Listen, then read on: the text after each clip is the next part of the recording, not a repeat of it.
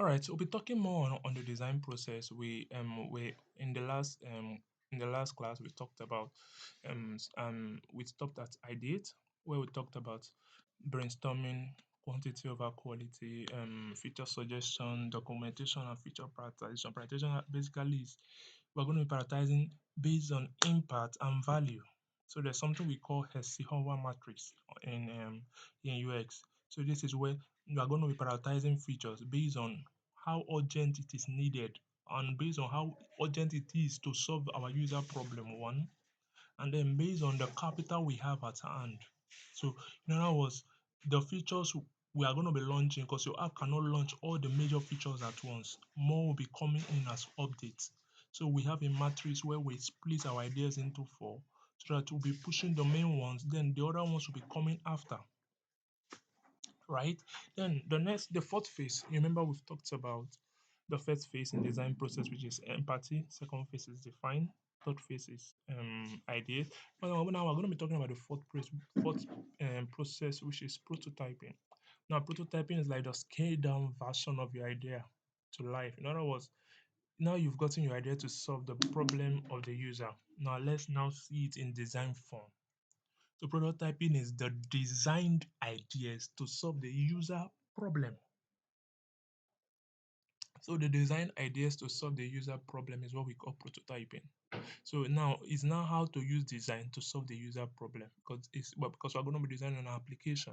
So if we're going to be designing an application, now is how can we use our design application to solve the user problem? That's where prototyping comes on board, right?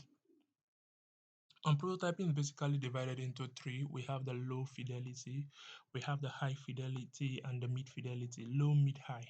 And the difference between these three is based on the amount of information and colors and pictures they all contain.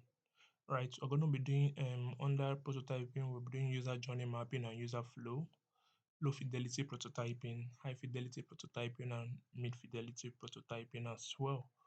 Okay, so these are the prototyping in their different formats. Like I said, it's the amount of information each stage of prototyping contains. So it's different between the low, the mid, and the high, right? Also, now the last phase in the design process is what we call the test phase. All right, so in the test phase, designers present version of their prototype to potential user, and then they gain a deeper knowledge of how the product will be used and get feedback. In other words, in this last design process, what it is now you're going to gather your target audience in a room. So before a product is launched into the large market, you're going to gather a good amount of audience in a room for them to test, and then you test your prototype app to them. So what are you trying to do? If you are testing your prototype app with them and 80% are already complaining of your app, so you know that you need to go fix your app and solve the complaints they are giving you. Because if 80% of 1,000 people you are testing it is already complaining, that means if you launch your app into the market, over 80% will complain. So we are testing to gauge responses and to have feedback. So if our app is loved by our target audience, let's say 1,000 of them, we should know that if we're pushing it into the market, it's going to be loved by very much everybody. Another reason why we don't test with our friends is because we want to prevent bias, because they know you.